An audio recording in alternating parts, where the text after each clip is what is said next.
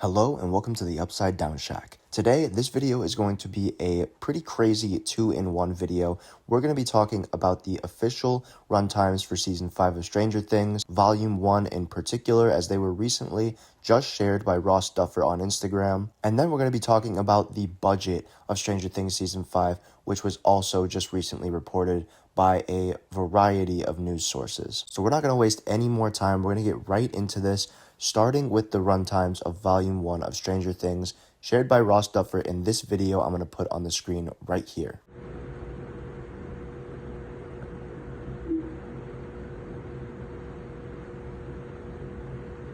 So there you have it. It seems that Ross Duffer has gotten fed up with all these fake runtimes that have been circulating around the internet for the past couple of months. I can name at least 2 to 3 times where official quote-unquote runtimes have been leaked around the internet, and they seem pretty legit, but I never took any of them at face value, and I hope you didn't as well, because now that we actually have the official runtimes, we know exactly what we're getting come November 25th. With a total runtime of 4 hours and 31 minutes across the entirety of Volume 1. Chapter 1, The Crawl, will be an hour and 8 minutes. Chapter 2, The Vanishing of Blank, will be 54 minutes. Chapter 3, The Turnbow Trap, will be an hour and 6 minutes. And then Chapter 4, The Sorcerer, will be an hour and 23 minutes. Very solid runtimes if you ask me, and I'm glad that Ross Duffer finally put these out. It's good to know what we're going to be getting ourselves into come Thanksgiving Eve, and it's just good information to have in general. Now, I do want to talk about the backlash to these runtimes that I've been seeing across social media over the last couple of days since its release, and that is that a lot of fans are just disappointed that they aren't longer. And I will say at first, my reaction was a little jarred as well. We spent the last several months, almost a year, thinking that these episodes were going to be crazy, massive, all 2 hours. The Duffer Brothers themselves have even teased that they filmed 8 blockbuster movies for Season 5. So when I saw some of these episodes, especially the ones being under an hour, I was a little thrown off. But now that I've had time to sit with it, I have realized that these are still very long episodes, and we should be appreciative of whatever we get that's over, say, 30 minutes to 45 minutes, which seems to be the typical average length for TV shows, episodes nowadays. Just the fact that we're getting, I think 3 of them are around the hour and a half mark, that's still a full-length movie for an episode, and we should be very grateful for that. And there has been sources saying that Volume 2 is going to have longer episodes, especially the finale, maybe clocking in at close to 2 hours. So in the end, everything is going to even itself out and be pretty similar to how Season 4's runtimes were, which if you remember watching Season 4, whenever the last time was you watched it, it's quite the long watch. Even if there's an episode here or there that come in under the hour mark, there's later episodes which feel like crazy long. Another thing I wanted to bring up and highlight was this Reddit post I saw. I'm going to put it on the screen and shout out the user. They had some super insightful words that I totally agreed with that changed my point of view on these runtimes and made me more appreciative for them. And I just wanted to share them with you guys as well. User justafan_x first off shares the runtimes and then says, I'm seeing that some people are either shocked or disappointed with these runtimes because they expected every episode to be over an hour and a half long. I'll try my best to break down what I think of this. Plus, I don't think these runtimes will translate to the rest of the season, and here's why. The season has been said many times by the Duffer Brothers that it starts off fast-paced, meaning right from the gate. The characters are going to be in action, so it may look like the runtimes are short, but I'm pretty sure while watching an episode like The Vanishing of Blank, every minute is going to count and make the episode feel like eternity. What these runtimes also tell me is that they are not wasting time getting straight to the point, and honestly, I prefer it that way. Season 4 had very long runtimes because they were in multiple subplots that we had to keep up with, due to the whole cast being split up in different locations, so they made each episode longer to make sure that they covered everything.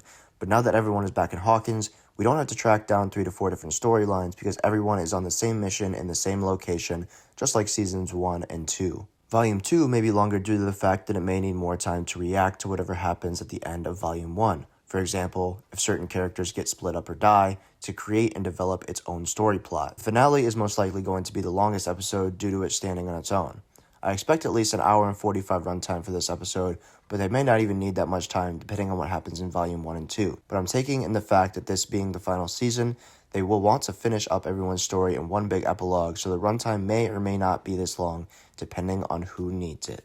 Which again, as I mentioned before reading that post, just great words and really breaks down why these episodes might be the length that they are. And I'm 100% running with the idea that the Duffer Brothers have indeed said that this is going to be fast-paced, right off the rip. The characters are going to be going headfirst into the danger, trying to hunt down and kill Vecna. So, of course, there is no time to waste. And I think Volume 1 is just going to be jam-packed, action-packed, and anywhere from 50 minutes to up to an hour and a half is more than enough time to fit in that story and that action and setting up what's to come in the rest of Season 5.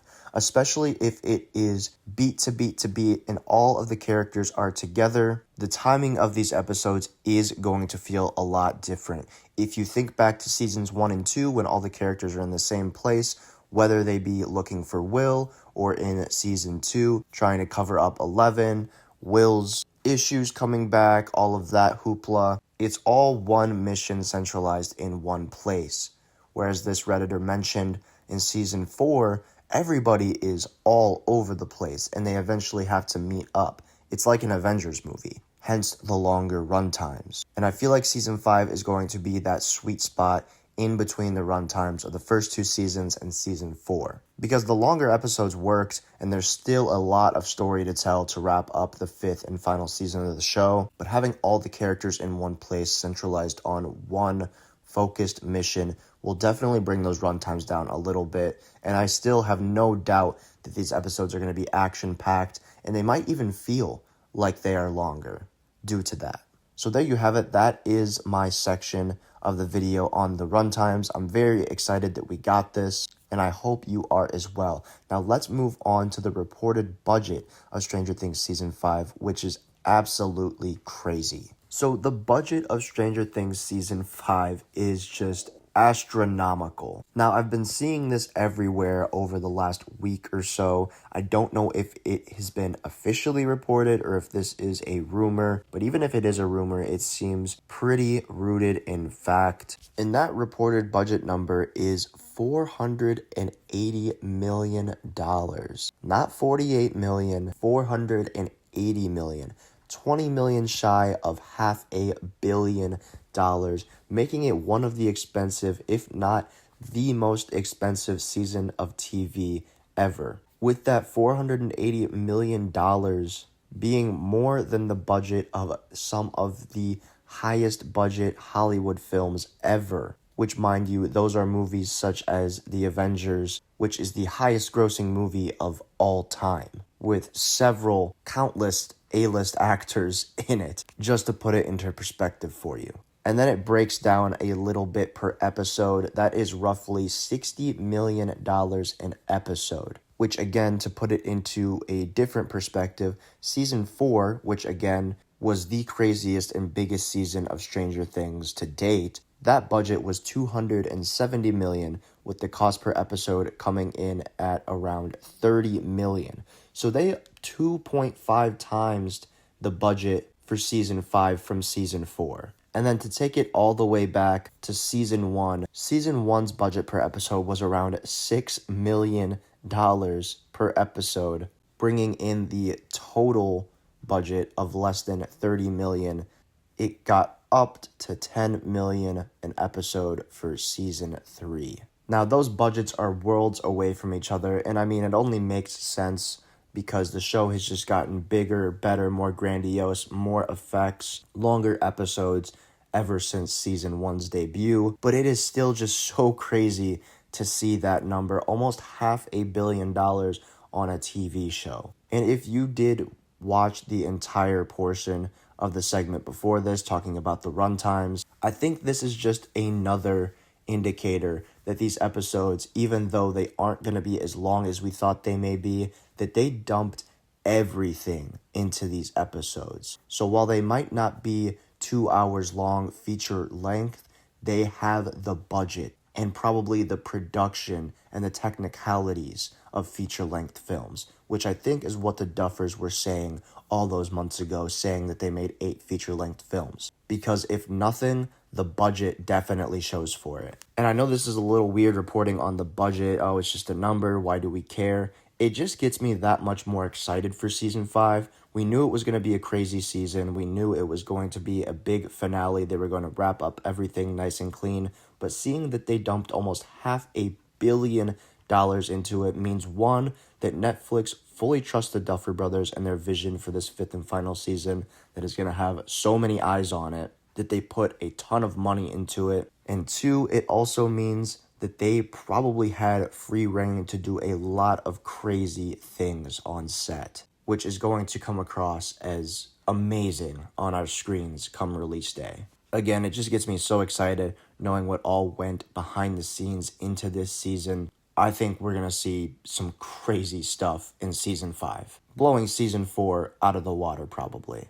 But that is about all I have to say about the runtimes and reported budget for Stranger Things Season 5. Very cool stuff, but I want to know what you guys have to say about this now in the comments below. How do you feel about the runtimes, and how do you feel about that crazy numbered budget? As always, I will be responding to all of those comments as they come in. Also, while you're at it, please make sure to leave a like on the video if you enjoyed, and of course, subscribe to the channel if you're new. I want to thank you so much for watching, and I hope you have a great day.